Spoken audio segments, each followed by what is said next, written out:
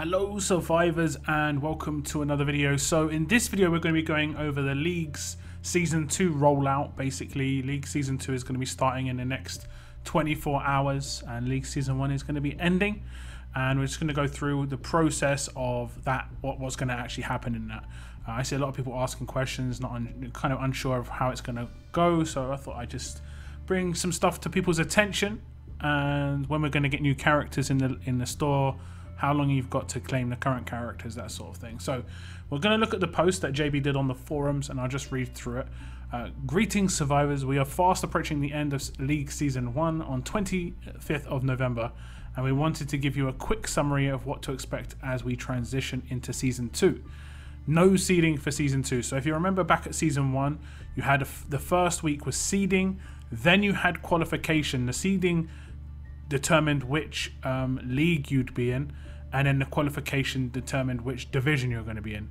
Your league is currently determined by which league you're in right now. So if you're in Diamonds, you're going to be in Diamond at the beginning of next season. If you're in Platinum, Gold, so on and so forth.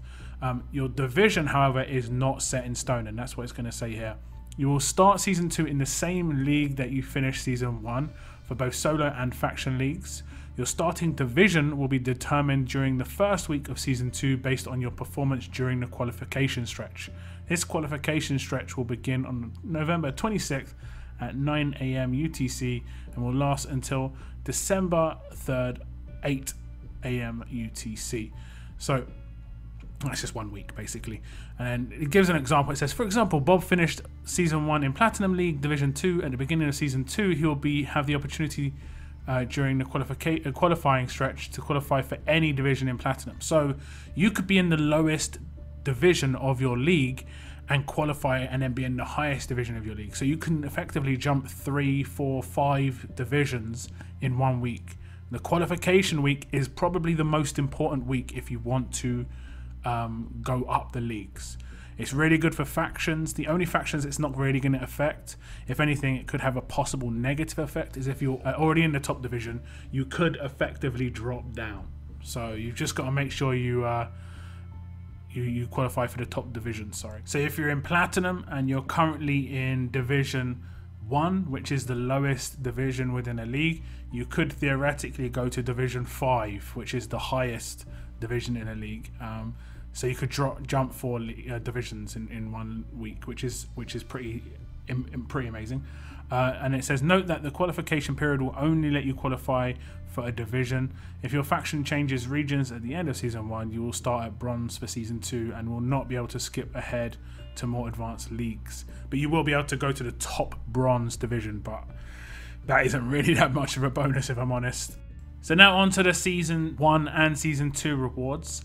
First off, Season 1 store rewards are going to have an extension by 1 week. And as it says here, the Season 1 store items will expire at the end of the home stretch, which is currently going to expire on the 25th of November.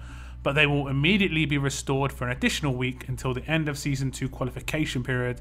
This will allow you to use rewards from the Season 1 home stretch to help purchase Season 1 exclusive content. For instance, if you didn't get that Ezekiel and you still want to get him, you've got a chance. Or if you want to get one of those particular 5 stars, you've got a chance. New Season 2 exclusive characters. 2 new Season 2 exclusive characters will be revealed. So like this season, we had Mirabelle and Ezekiel. Next season, we're going to have 2 new characters as well, and become available starting at the conclusion of the qualification stretch when the Season 1 restored content expires. So it'll be on the, I think it said the 3rd of December is when that should happen. We will also be replacing the non-exclusive characters for Season 2, which is awesome. So we'll get, I assume, we'll get new 5 stars. We'll get another new ascendable character in there as well.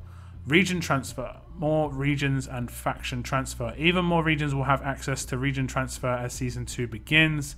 And it says, we are happy to announce that we will be adding the ability for faction leaders to move factions and retain their faction league progress.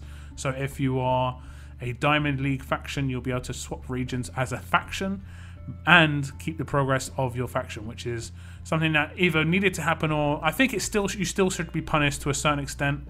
I think you maybe should be dropped a division when you do that, so you can't just constantly just jump around. I think that should be the way it goes, but at the moment it's not the way it is. I guess they'll just monitor it and see how it goes. It says, we don't have an exact date yet and are aiming for early 2019. We wanted to communicate this before Season 2 because we recognise that many players are frustrated that they lose their faction's league progress when they transfer. Look for additional information coming soon. So, I mean, I agree with the losing it completely, but I don't think you should have your faction standing retained completely as well.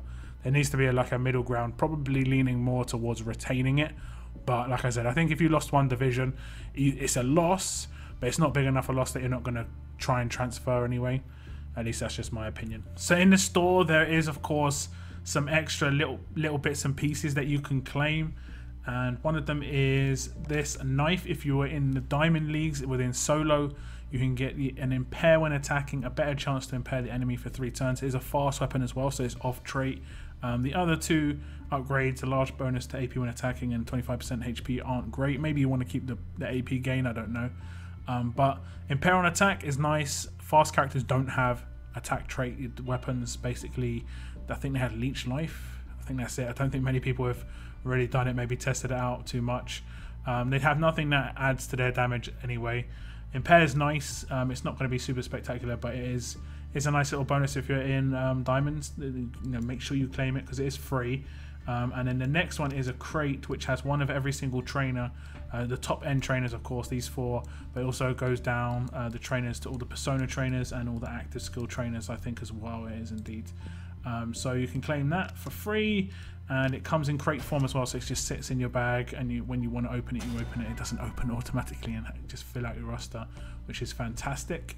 And then there is also this gift in your inbox, which I'm sure most of you claimed already. It isn't a great mod. It is 6% chance at a gold mods. It's just a little bit of something extra. It'll most likely be a bronze. I'll find out on my live stream. I always open my mods on my live stream. So that's pretty much it. We will look at the characters and we will look at the store when it pops up. I'm really looking forward to see the sort of characters that are going to be in as the rewards. I'm going to be saving the majority of my store tokens, pretty much the rest of my season tokens, for next season, and I might be able to pick up a character nice and early, which would be really cool.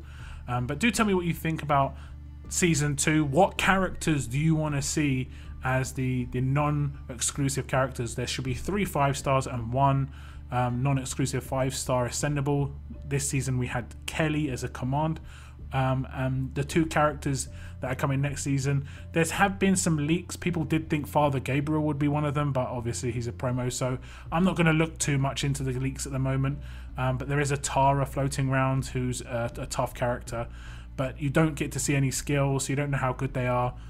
So we'll have to wait and see for next season, and I'm really looking forward to it. But that's the end of this video, guys. Thank you very much for tuning in, and as always, guys, keep on surviving, guys. Keep on surviving.